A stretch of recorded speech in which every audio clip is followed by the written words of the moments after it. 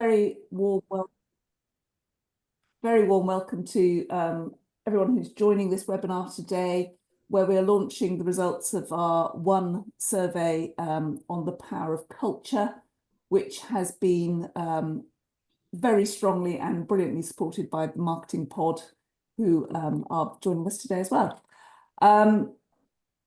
You'll probably just notice that the meeting is being recorded, so I hope that's okay with everybody. And as usual, we always welcome chat questions as we go. I think there is a lot in the results of this survey for discussion. So I've got a brilliant panel joining me today. For those who don't know me, I'm Jo Butlin. I'm one of the founders of Women's Utility Network and a director, and with various fingers in various other pies as well. But I'm delighted today to be joined by Gary, Ros and Sarah, and I'll just get them to introduce themselves, and I'm going to tell you a bit about One and then launch into the results of the survey. So Gary, do you want to just give us a quick overview of who you are and why this is of particular interest? Yeah, thanks, Jo, and thank you again for inviting me along today. So Gary Ford, I'm an IT professional by trade, nearly 40 years. I spent 24 years at JP Chase, the large US financial services company, at managing director level. And it was whilst I was there, I co-founded their Male Allies program for women in technology. I wrote a book about it. Can I do a quick book plug? Sexist, which sort of talks about our experience of trying to, involve men in gender equality and diversity inclusion. And subsequently, I then co-founded Men for Inclusion about 4 years ago with my business partner, Mark Freed. Our intent is to get more men involved in these types of conversations. Great to see quite a number of men on the call today. And I love the work you're doing, Jo, and all the team at the Women's Utilities Network, and I'm just happy to support it in any way I can. Fantastic. Thanks, Gary. And Ros, do you want to introduce yourself? Hello, everybody. Thank you ever so much for joining us, and thank you, One, for inviting me to be part of the panel. I work for the marketing pod, who work very closely with One, but my own background in utilities goes back more than 2 decades. So I've worked both on client side and on agency side, always in a marketing role. So over the last 2 decades, I've seen a lot of changes in the utilities industry itself, but also in the workplaces and how women are recognised and supported, and how different needs of women have been recognised differently over the years. So I'm very happy to be part of the discussion today. Thanks, Ros. And last but not least, Sarah. Thank you. Hi, everybody. I'm Sarah Hopkins. I am one of the One directors with Jo, and have been for the last couple of years. I also have a background in utilities, so I was HR director in gas distribution for almost 15 years, and now I have my own consultancy firm looking at all things relating to people and culture. So it's really important to me from those 2 lenses, but also I've got a 16-year-old daughter who's about to enter the world of work, so it's important to me from a personal perspective as well. So I'm really glad to be here today. Thanks, Jo. Fantastic. Thanks, Sarah. And just in terms of how we're going to run this, I'm going to give you a quick introduction to One and One's activities, but then really dive into the key results of the survey and the report that goes with it. Please go to our website, so www.theone.co.uk, where the full report is now there and available for everybody to read and download. There's some really strong insights you'll find as we go, so it's really worth a read. You're just going to get a taste of it today on this call. Just for those who don't know about One, we're all about supporting women develop their careers in the sector, and that's both making sure that the culture is supportive of women, but also helping women themselves in developing their careers.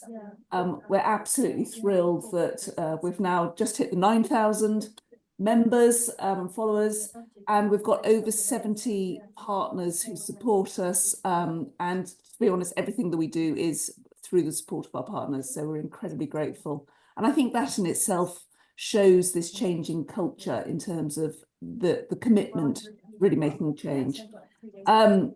We have Lots of regular events, I'll talk about those in a second, and also mentoring program and podcasts. So lots to get involved with. So if you're not already a member, please do sign up to get access to all of this.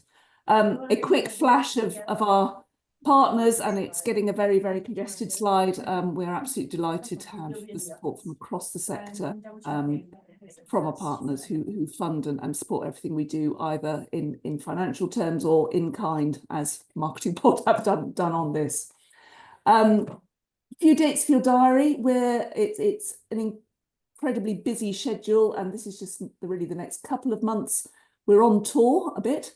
So we're going to Wales on 4th of June, Edinburgh on 10th of June. We're in Birmingham at the end of May, and back in London in June and July. Lots of different subjects. All this information is on our website. So please do get involved and go to the events if you can. The in-person events are always spine-tingling, I find. There's a fantastic buzz in the room, but also the online events if you can't attend in person. So the next one for all, which will be really interesting, is around allies, and that's 3rd of June. We're also incredibly excited about the second Women in Utilities Awards event, which is coming up on the 27th of June, and shortlists are all being published this week, which is really exciting. I mean, the judges are thrilled by the quality of the entries. So the pace is getting exciting in preparation for the 27th of June. Last year, this event was an absolute sellout and an absolute celebration of everything that women in this sector are doing. So please do try and get there if you can. It just gives you a massive boost, and just the inspiration from the women who win awards and are shortlisted is fantastic.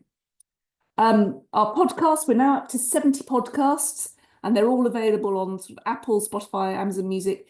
If you haven't listened to them, I really, really encourage you to go and dip in and listen. There's something for everybody. And again, it really gives insight into people's careers, into what's going on in the sector, and also inspiration in terms of brilliant people speaking. So well worth a listen. And then last but not least, just to flag, I haven't mentioned the mentoring scheme. If you're not a mentee or a mentor, please do sign up. But also our development framework, which we launched earlier, at the end of last year, is really going great guns. So we're now on to the 3rd cohort of the One Drive programme, and the second, we're taking sign-ups for One Thrive. They are programmes written by women for women, but really covering the core management and leadership skills. So really, really insightful, very much focused on people in the sector. And we're really hoping that actually that creates supportive networks in the future. That's the bit on one, which hopefully everybody's up to speed with. Again, I'll just say, go and look at the website. That is where all the information is, but just to give you an appetite. So on to this year's report and the survey that we've undertaken. And I think really importantly to say, it comes on the back of the results of last year's survey, which was all around unconscious bias. And I think the shocking statistic that we found was that 1 in 3 women are considering leaving the sector. And there was a really strong theme about women being seen but not heard. And that really got us really curious in terms of what role does culture play in supporting women and developing women, and how can women and organisations reach their full potential. So that's been the real focus of our survey this year, and the results that I'm about to share with you. Delighted to say we had 300 respondents to the survey, which is really strong response. Most of them were women, which is probably not a huge surprise, but we did have some other submissions too. More than half are parents or carers. Interestingly, and we'll come back to it, sort of 82% were actually experienced middle senior managers. Most were working full-time, but quite a good representation of part-time workers. And just a flag of, there's a lot still to go at in terms of diversity and full inclusion. 93% of them were white in terms of response. And again, a bit of context. So what do we know about the workplace culture today? This is actually from the Powerful Women State of the Nation survey from 2024. shockingly, we've got all these women in the sector, but of the top 80 UK companies, only 29% of board members are women. Only 4 of these companies have female CEO. And very much from a one perspective, it's not just about people at the top of the organisations. We're very, very focused on people throughout organisations from the day you join the utility sector upwards.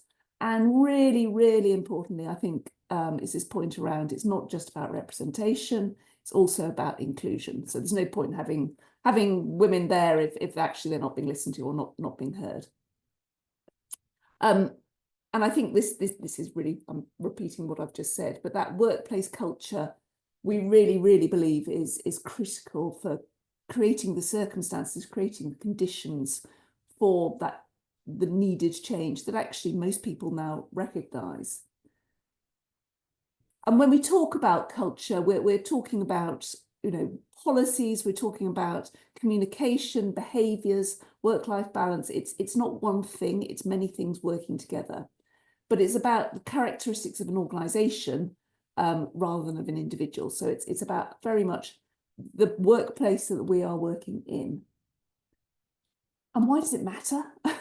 This is and all of this is referenced in the main report. But why does it matter? It's about attraction. It's about retention. It's about creating innovation and creativity, better decision making, efficiency. And I think we all recognise that if we can bring our authentic selves to work, then we can create the environments in which all of these things can flourish. And I think that's a key point to come back to as we go through the results.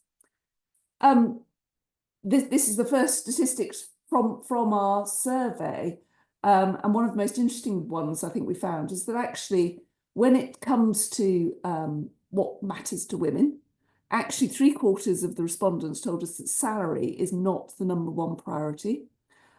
Actually, those elements of culture are more important to women than salary itself. Obviously, salary is still important, and we wouldn't pretend otherwise. So that's another battle for another day. But actually, it's the environment in which women work that really matters to them, not just the money. So, what did the research reveal? I've given you one statistic, but the first bit, actually, we were delighted. There's some really good news coming out. So, 71% of respondents agreeing that culture genuinely supports individuals to achieve work-life balance. 94% saying that organisations are offering benefits and initiatives, and 2/3 agreeing that leaders are taking workplace culture and wellbeing seriously. So I think, for those of us who have been in the sector for a long time, this feels like a massively positive and big step. And I think, from a one perspective, just the degree of support we're getting from the range of organisations reinforces this. People care about it and it matters. So that's great news, and something I think we can all really cheer about. Obviously, there's the but, and that positive experience is not universal. So whilst 2/3 of women were agreeing that actually the organisations are giving equal opportunities in terms of career advancement, that means that there's still over 1/3 who either don't agree with that statement or disagree. Likewise, in terms of 2/3 of the respondents told us that leaders are taking workplace culture seriously, but then there was still 1/3 who were saying it's not happening, and we'll talk a bit more about that in a minute. But slightly less encouraging, and this is I think where it gets more nuanced, is 39% said that they're really encouraged to reach their full potential at work, but more than half said that's only occasionally true or never true. So we've still got quite a way to go in terms of, we might have the policies and the places in place, but there's something still holding women back in terms of actually being encouraged to fulfill their full potential. And fantastically, and probably not surprisingly, 95% have access to part-time working arrangements, but still fewer than half believe that they have, if you're working part-time, you have the same rights as full-time colleagues, whether that be policy rights or actually working cultural rights. Really interesting, this is a word cloud of sort of what we got back. So a real mixed bag. You know, the fantastic news was actually the number one reflection that the respondents said was actually workplaces supportive, respectful, empowering, inclusive, great reflections of where we are today, but still a significant number looking more at bureaucratic, change resistant, unappreciative. So it's a mixed bag with a positive trend. I think that's probably the key message we're taking. I think this one, and we will talk about it when I open up to the panel, is a really key one, is that half of all respondents said they'd witnessed or experienced behaviour in the workplace that was dismissed as banter, but which they felt was inappropriate. So not an environment where it's very comfortable to be. And I think really concerningly, over half said that that inappropriate behaviour wasn't addressed by their organisation. So this whole piece around banter and what's acceptable is still a real issue. There's lots of verbatim comments in the main report, but there's one that's pretty shocking. So what is it that's causing the problems? We've got this mixed bag of a lot of positivity, but actually still some real challenges holding women back. There was quite a strong theme around, you know, lip service versus reality. So there's a sense of, well, we've got the policies in place, we've joined one, we've done this, tick in the box, but actually it's not necessarily the lived experience that you know, that inclusive workplace is not necessarily the lived experience, and there's quite a lot still in terms of it. It depends how busy we are. You know, when we remember to do it, it's all great, but not consistently. And that lived experience, I think, is really important. And this one, I think, and again, we're going to talk about it in a bit, a third of respondents said they're feeling guilty if they're using some of those policies, or a third of the respondents are feeling guilty if they leave work earlier than their colleagues. Now, on one hand, we've got, well, you can, because the policy says you can, but on the other hand, this sort of sense of guilt. So what's causing that? And I think that's a real challenge as we're all juggling busy lives and work life together. Picking up on that theme, there's a big question for us, is sort of, are we accidentally complicit in this? It's a term that was crafted, I think, it came out of the survey, sort of well-being washing. So it's almost, you get everything in place, but actually is that lived experience as strong? We had some fantastic verbatim comments. You know, how brilliant if you don't have to alter your personality to fit in and feel confident, and you know, feel free to work in ways which inspire you. I think one of the statistics that's not on these slides but really rang out to me was only 53% of the respondents said they could bring their authentic self to work all of the time.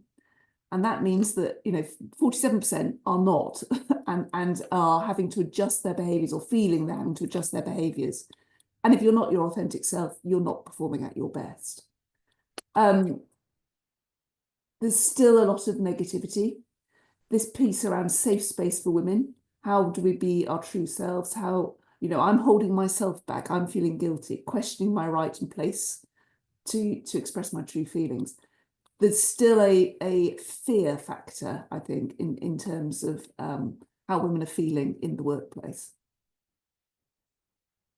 So how do we create change?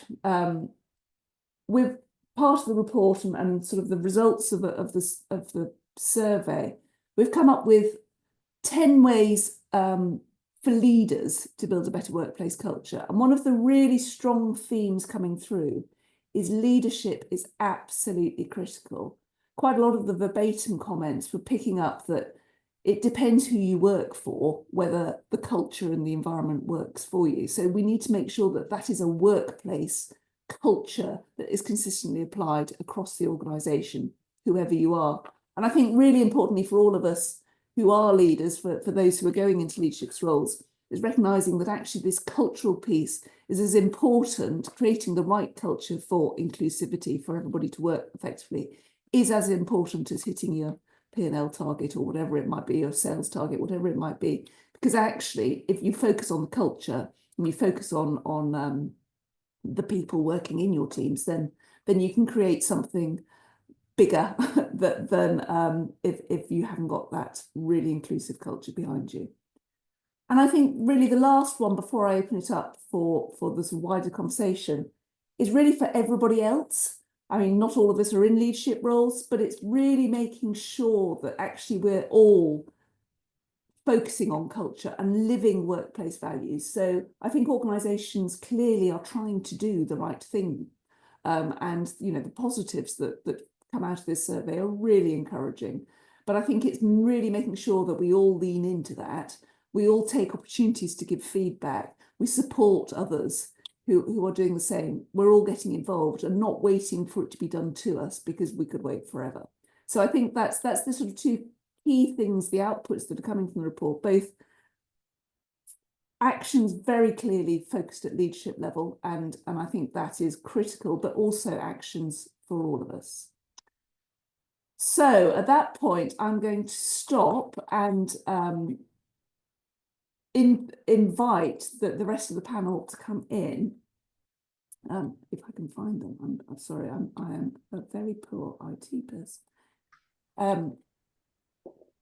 So first of all, I'm going to say, I'm going to invite Gary and all three of you actually. What are your key reflections on what you've read, what you've seen, what you've heard?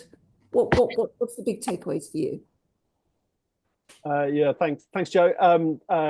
Fantastic piece of research, by the way. I mean, I think first and foremost, I'm not sure there's anything totally shocking in what you're talking us through. And I kind of echo your point. I thought there were lots of positives. You know, clearly lots of stuff around policy, procedure, intent, all very positive.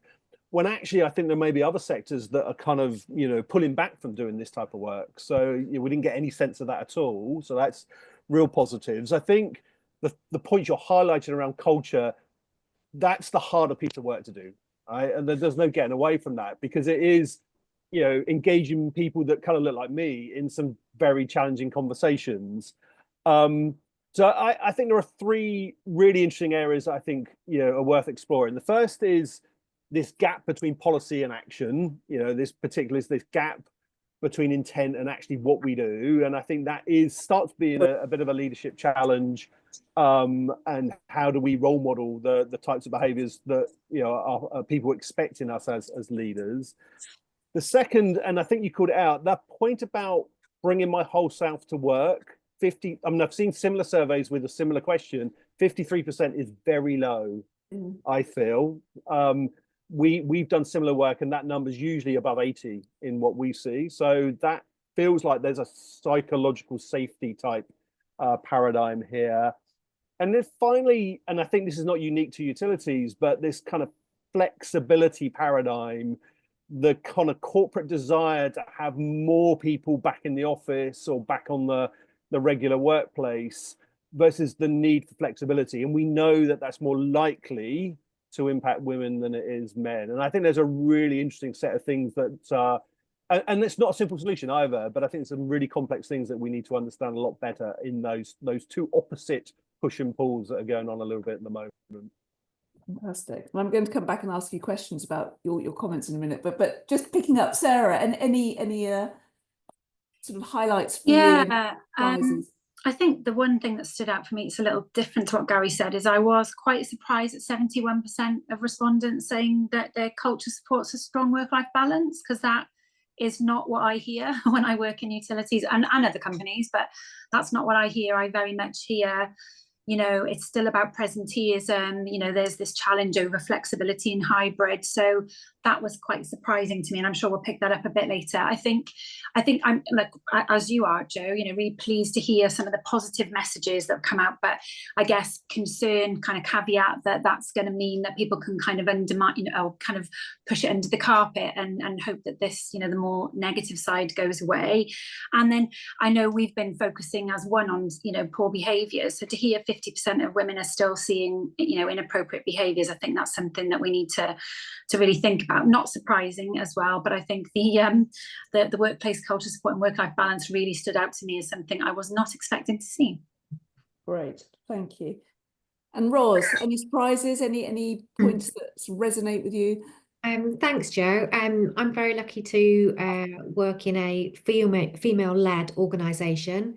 I definitely noticed the difference in culture in an organisation that's kind of grown from the ground up, led by strong women. But I work as on the agency side with so many different businesses who have a very different setup. So my takeaway would really be that it's great to see so many of the positives, but you only need to have like a negative here or there for it to have huge ripple effects. It doesn't have to be a situation which directly impacts an individual, just to know how your colleagues are treated or people who are treated around you. And it can be really subtle things. It can be in terms of expectations of how people are expected to perform, or it could be to do with just looking in the boardroom and seeing what level of female representation is within your company. They're all kind of micro situations that can impact overall. And the survey is really, really good. But it's just, even with the good stuff, the fact that there is still negatives out there, people who don't feel that they're representative, that people that don't feel that they have the inclusion that they need, that they can't turn up to work as their authentic self. For anybody to feel like that shows that there is such a lot of work that still needs to be done. Absolutely agree. And I think that one for me is maybe one of the most shocking in terms of, if you can't be yourself, then it must be exhausting, if nothing else. I'm going to sort of dive into a couple of those, and please, if you've got questions, I'm seeing some chat going on in the chat. Please do raise questions as well. I've got plenty, but if you've got particular questions you want to ask the panel, please do type them in. I suppose I'm going to put to Sarah, lived experience, this sort of disconnect between lived experience and corporate intent. And I think, if nothing else from this survey, we're seeing really strong corporate intent, doing the right thing. But actually that lived experience is still not necessarily reflected in what that corporate intent is. Talk to us about that. You work in culture a lot. Why? Yeah, there's so much to say here, but I'll just keep it brief because I guess we've got a lot to get to. So I think impact and intention really comes out as a strong theme, doesn't it, from across the survey. I think what some of the disconnect would be, organizations making assumptions about what the reality of the culture is in the organization, and thinking, getting in a bit of a darkened room and coming up with a nice mission statement and purpose statement and some values and writing them on a wall and then saying that's what we're all going to do now, guys, and kind of culture being a bit of one and done. And the problem is then, of course, is that one thing is said and another thing is actually experienced. And so then I think the issue that we've got then is that trust is at stake for organizations, particularly when you see leaders or managers kind of saying one thing and behaving in a different way. So that, I think, is an issue here. So when people's lived experience doesn't line up to the glossy sales brochure or the website or the words on the wall, I think that's important. I think another issue then is that leaders don't necessarily always take the time to understand that gap analysis in enough detail. So they make assumptions about the things they experience as being everybody's experience. So I've heard leaders say, well, that doesn't happen here. Or really, did that really happen? That's not my experience of what happens in this organization. Well, it wouldn't be, because you're the CEO or you're this director or the senior manager. So the things that are said to other people are not going to happen to those people necessarily. So how do leaders get better at identifying the gaps, really listening to what people's experiences are, make sure they take action on those things, and make sure they're role models? I think that's going to be a really important theme for the discussion. But if leaders don't walk the walk as well as talking the talk, then that's going to be where this gap, comes up. So the intent can be really positive, but actually, really understanding what people's day-to-day experience is and how that shows up and the experiences that they have is really important. Absolutely agree on that. And I'm going to bring Gary in here, because one of the big findings, which probably wasn't a surprise, but was reinforced, was this piece around inappropriate behaviours. And I think it was 59% of women recognise inappropriate behaviours in the organisation but I think more shockingly, 56% said they weren't appropriately dealt with. It was sort of treated as a banter. What's your perspective on this? You've sort of... Yeah, I mean, there's quite a lot, again, as Sarah says, quite a lot to unpack in a way, isn't there? Part of this, I feel, does come back to this idea of psychological safety, where people can feel that they can say things when they see them, right? And parking to some extent, and I will come back to the very egregious stuff. Sometimes it's the small, less egregious stuff that kind of creates the atmosphere for the more egregious stuff to potentially flourish. And I kind of always like this phrase that, like, in some ways, culture is the worst behavior you're willing to tolerate, which is kind of interesting. And the other thing that's also kind of interesting, there was a comment which I think was fantastic in some ways, although disastrous in other ways, to see in the report, is it's not just men. There were some comments about women doing some saying some very inappropriate things as well. So I think, how do you kind of begin to create that psychological safety? And I think it does start, as Sarah was saying, with the values that you espouse as a company. Most companies have a set of values that they say they adhere to, but as Sarah says, you can't make this one and done. You need to have real conversations with lots of people about really what this means and what our expectations are. I do think also can often be a very nuanced kind of conversation. One person's banter is another person's, really kind of, horrible experience. So I think you can't get around for having to go out and actually have conversations with people about what's appropriate and what's not, and have those very, very difficult conversations. And I think one of the things that leaders can do to help people kind of see there is psychological safety here is be willing to admit that they get it wrong too, right? Being a little bit vulnerable and saying, look, we're all learning here, right? I'm learning too. And also, so if I get it wrong, you can tell me straight away in the moment, or come up to me afterwards. So I think just trying to encourage people to have more conversations, to not make everything feel like a cancel culture, and therefore it's an opportunity to learn as opposed to an opportunity to castigate. But I recognize that's kind of quite long, hard work. But I think if we can fix those smaller things and kind of get everyone comfortable with those, then I just think the more egregious stuff, is just far less likely to occur. But when it does, then I think companies have a tendency to try and sweep it under the carpet, and hide from it in some way. And I think we need to start being more open about it. I think the worker protections legislation that came last year is probably going to make a big difference. But even with that, I think most companies are focused on policy, but not the real conversation about, so what do you do when you see, hear, or experience this? And it may happen outside of the work, and then the perpetrator sat in a desk next to you the following day and work. So what do?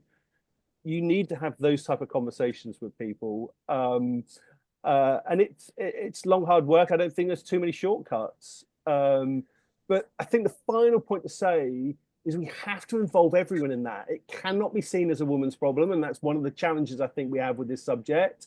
It has to be an all of us problem. And we've all got to be prepared to admit that we are part of the problem sometimes, because we all are.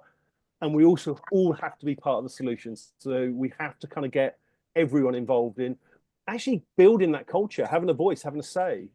It's not something we can do top down, is it? Totally.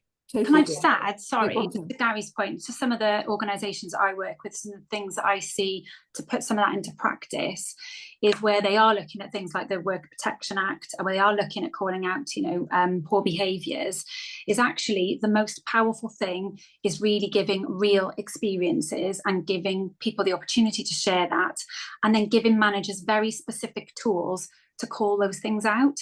And it is hard, but there are simple ways that people can do it, because managers need to feel confident to do that, because of course lots of managers have been managers for a long time. So what was okay 10 years ago or 15 years ago is not okay now, and a lot of managers are struggling to understand where those lines are and how that's shifted. So I think that's a really practical thing that organizations and leaders can do. That's brilliant advice. And it was really striking me that what you were saying around, quite a lot of leaders will have blind spots. It doesn't happen to me. But then Gary saying, actually hold your hand up and say, if I've got it wrong, I'm sorry. I think that is so important, and that then creates the environment for those conversations. Ros, I'm going to bring you in, changing subject slightly. It was interesting that salary did not come out as the most important thing for women in a workplace. What's your perspective on this? It is interesting. It is interesting. I'm not sure if everybody's going to recall the slide, but there are sort of like 5 top things that came out as important, and salary was one of them. But 3 of the others were very much around flexibility. But before I start going down that one, I just want to state salary is important. It is absolutely important. Not just because women are in lots of different circumstances. Many are like they're sole breadwinners, they're single parents, they're single people. And even people in relationships are not necessarily by choice going to be like on a lower salary than their partner. So the salary aspect is important, but what came across really strongly is that women tend to be looking at lives holistically. So just leading on salary is not enough. It's not enough to encourage women into the workplace or to staying into the workplace. And I think there's that recognition from the women's perspective that actually to have a decent life, you actually need to have that flexibility to support you in your job roles. So I would say this definitely reflects my own perspective. I'm an older member of the workforce. I've been through the menopause, that came with its own challenges. I have a family, I have teenagers, and also my own employers have supported me in my own interests where I wanted to like work to train up to become a counsellor, which took quite a while.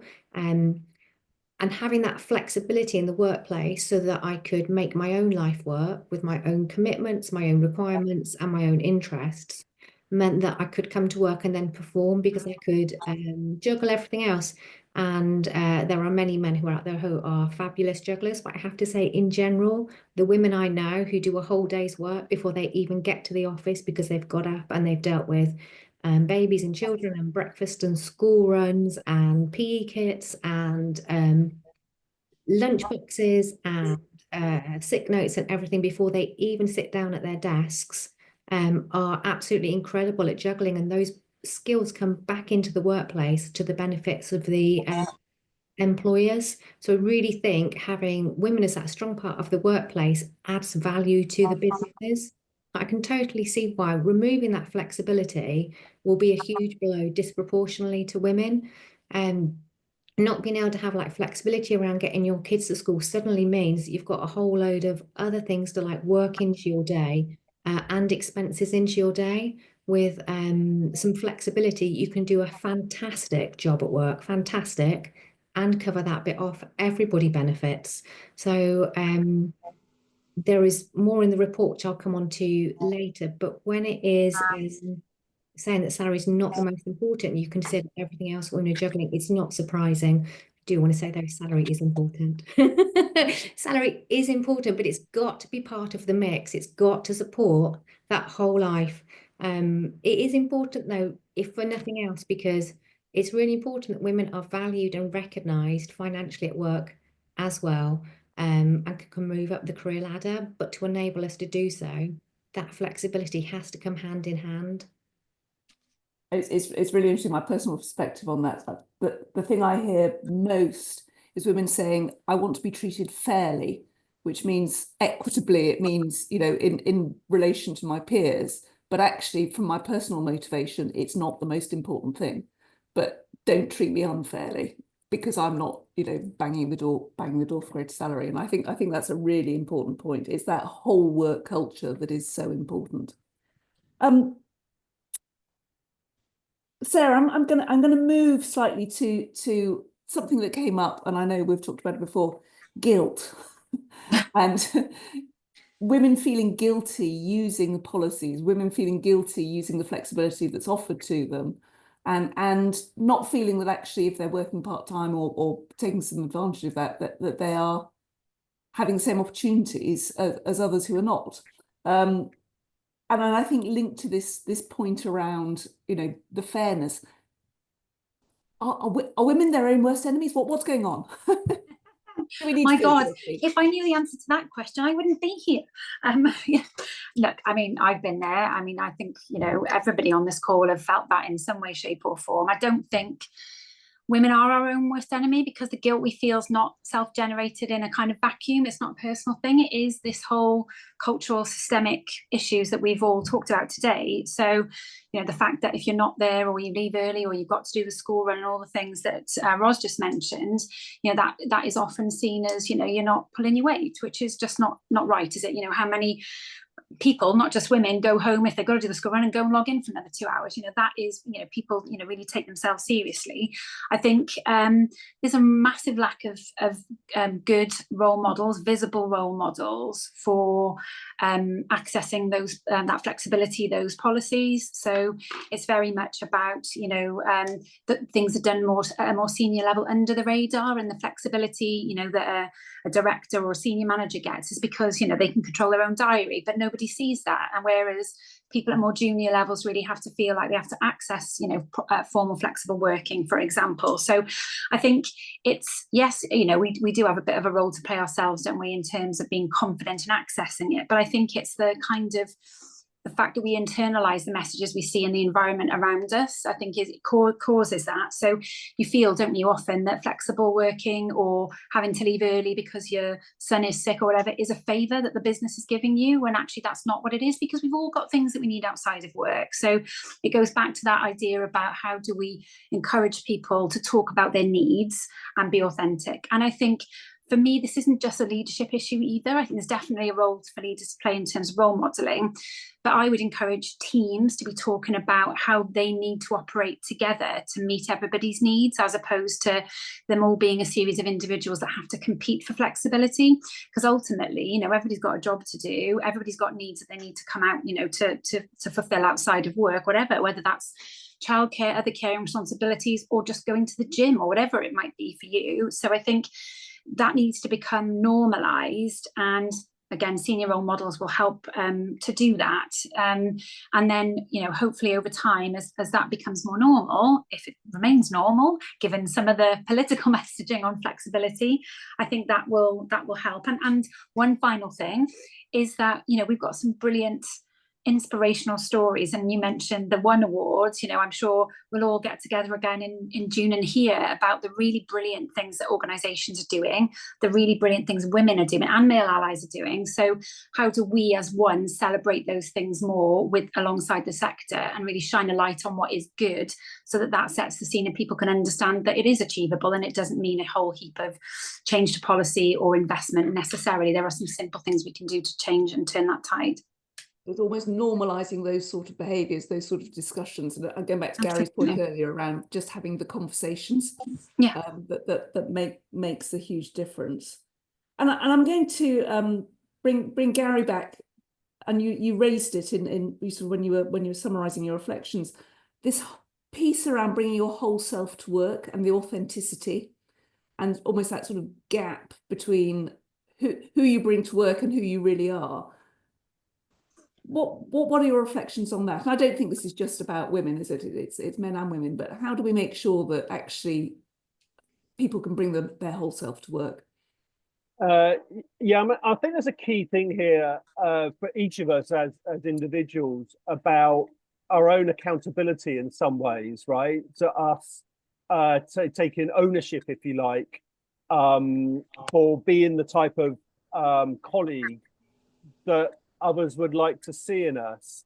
So sometimes I think it might be about being visible, being making people aware that you are ready to maybe support others.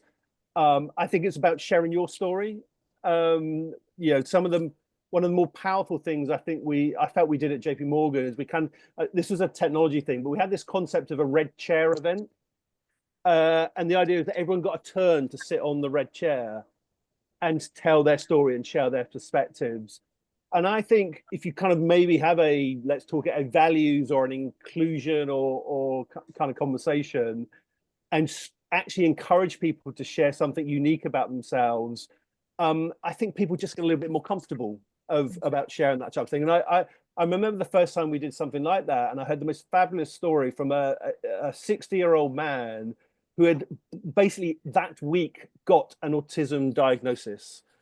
And he said, this is the most fantastic thing that's ever happened to me. I suddenly now understand why I am like I am and why I struggle with certain things. So I think there's an element of storytelling. I think it's particularly important in leadership. The best leadership teams we've worked with are the ones that have brought a personal story to this conversation. It's not about the business case. That's clearly absolutely critical, but they have a personal reason to want to kind of build a more meritocratic organization. So I think some of that storytelling from leadership will help people, I think, feel that they see authenticity in their leaders. Then maybe, it's a little bit easier for them to be authentic themselves. And I think this idea of being self-reflective about it, understanding, am I doing the right things, and actually making those kind of visible signs. A recent story, we did a bit of work with the UK embassy in Seoul, and I heard a story just before we did the session with the ambassador, who had recently, and this is in South Korea, which is quite a difficult place to do this work, I think, he had refused to attend a major trade conference because all the panelists were men. And he just point blank refused, right?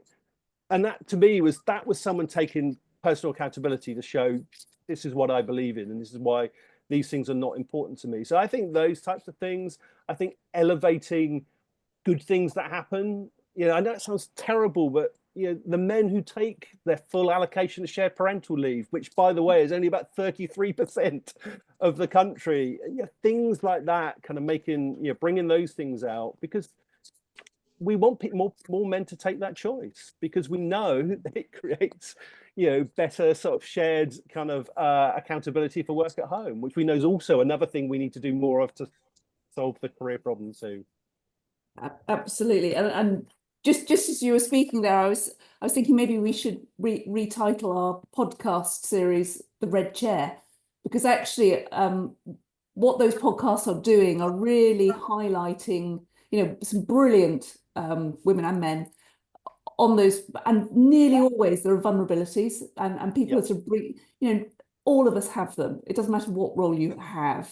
We've all got vulnerabilities, we've all got weak spots, and actually talking about them, I think, just encourages that more inclusive culture, and shows people that actually just because you're in a role, it doesn't make you invincible. No. And I think that genuinely encourages everybody to open up and enables them to bring their authentic self to work.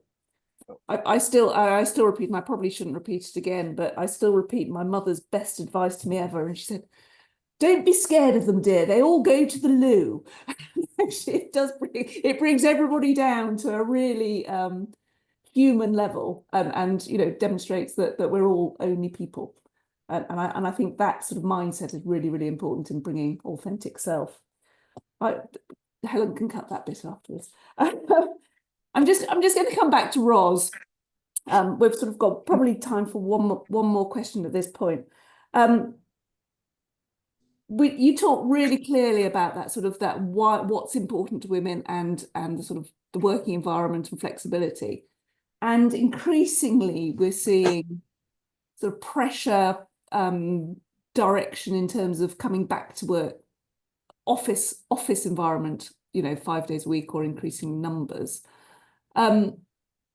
What's your reflections on that? Is that going to push us backwards? Do we need to be in the office to create good conversations and be seen? What's your perspectives on this sort of return to office pressure? So it's a really interesting one for me, because I'm just in the middle of looking potentially at recruiting. So it's something that I've had to consider as well.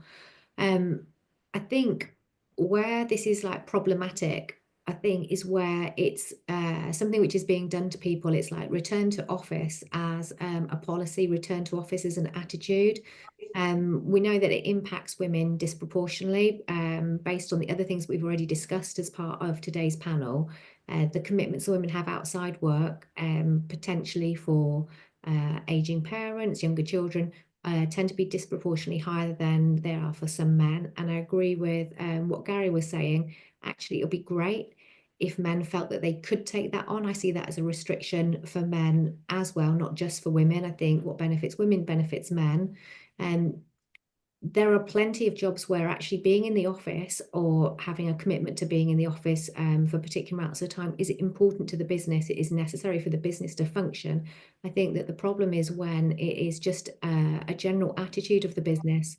As an individual, if I was in that situation where I was looking for a new role and that was part of the package, I would be looking very closely at the other attitudes of that business. Because if they wanted me to be in the office for the sake of it, rather than a genuine business need, I would be really questioning what other things they were doing very much for the sake of it, for the sake of, for presenteeism, for maybe comfort of higher managers, for control, like what else would they be putting in place, which is really of no business benefit, certainly no benefit to me personally, but just because somebody has decided that's the way they would like things to go. Politically, there's definitely a move which tends to be male-led about getting people back into the workplace, and it feels a very paternal attitude rather than treating all employees, male and female, as adults who are competent, conscientious, and able to manage their own time priorities. And recognize that flexibility means that they can bring a better self to work, produce better quality work, potentially produce more work and work better for the business. It's this attitude that actually somebody needs to tell you how to behave and what to do. And so the whole return to office on a practical level is problematic, but I think on an attitude level and a perspective is hugely more problematic of what it's saying about businesses in their attitudes towards employees. And I personally think it's really concerning. And I think really important point there is that sort of adult to adult relationship rather than parent-child, which, you know, is probably a historic way of working, but actually that's not what, very few people come to work to do a bad job, do they? We probably go the other way. We all work jolly hard to do a good job. I'm conscious that we're sort of coming to the end, coming to sort of final points. So I'm really just going to ask each of you for one big takeaway from the output from the survey, one big thing that you think will make the biggest difference, or you will take back into the workplace personally. I'm going to start with Sarah. Oh, I knew you were going to do that.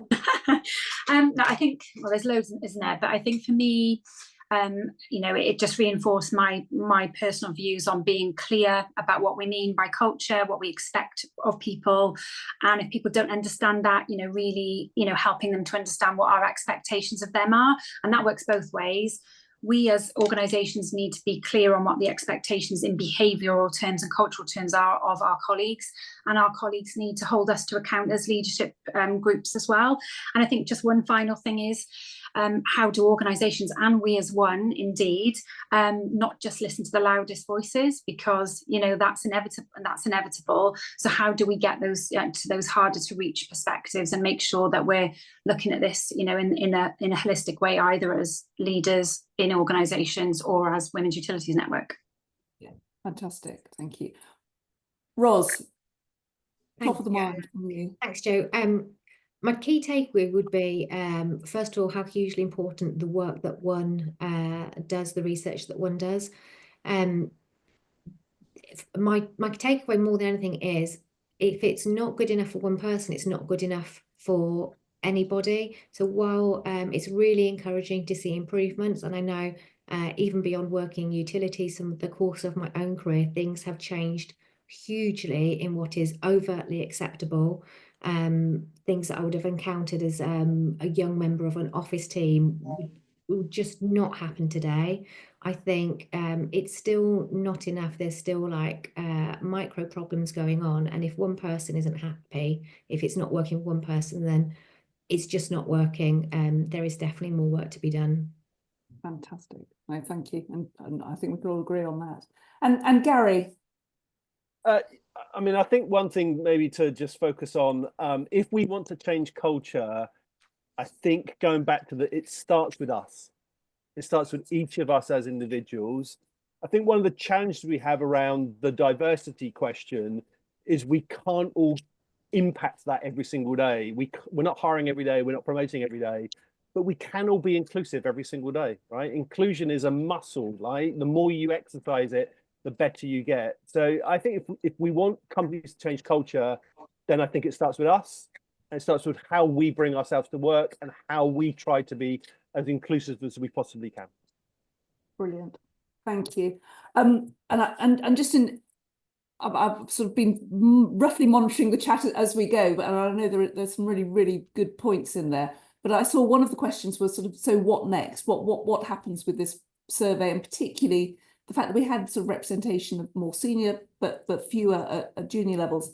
And I think, you know, that this report is hot off the press. It's been worked on until probably yesterday. We finally got the final one, and you know, fantastic. And again, thank you to Marketing Pod for that. But really, our ambition now is to socialise the results of this as much as possible and engage with as many people as possible with the results, both at leadership. We're very much focused this year on how do we elevate the messages with C-suite, so it's that lived experience versus policy view, but also recognising that you know, we didn't get representation that we would have ideally liked. So again, one of one's initiatives is really looking at early careers and beginning to develop some programs around early careers, which will come as well. So try and get more of that engagement. And as somebody said, engaging with the hard to reach. And I suppose it's a plea from everybody on this call as well. Hopefully you will go and read the full report now. You've heard the conversation. You know, please take the results, talk about it with your colleagues, talk about it with your teams. I mean, that is the only way we create real change, is by the sort of the movement, the momentum. But you know, with the strength of the survey, you know, the quality of the work that's been done, I think we've got some really strong messages to share and to create conversations, exactly as Gary said, sort of in terms of that psychological safety. Have those conversations within your own organisations. So I will say huge thank you to Gary, to Ros and to Sarah for being brilliant panellists. I have no doubt we could talk all day about this, and hopefully they've given you some things to go and talk about internally and with your colleagues and with yourself as well. From today, you know, we will be promoting this survey as much as we possibly can through One and through our channels, and sort of continuing to bang the messages home and build our programs behind. It's really important in terms of how it shapes what we do going forward. So thank you again to Marketing Pod. They have done an absolutely brilliant job and have been brilliant. It is a female-led organisation, and they are a superb team and have done a fantastic job. So please do read the report and engage with it as much as you possibly can.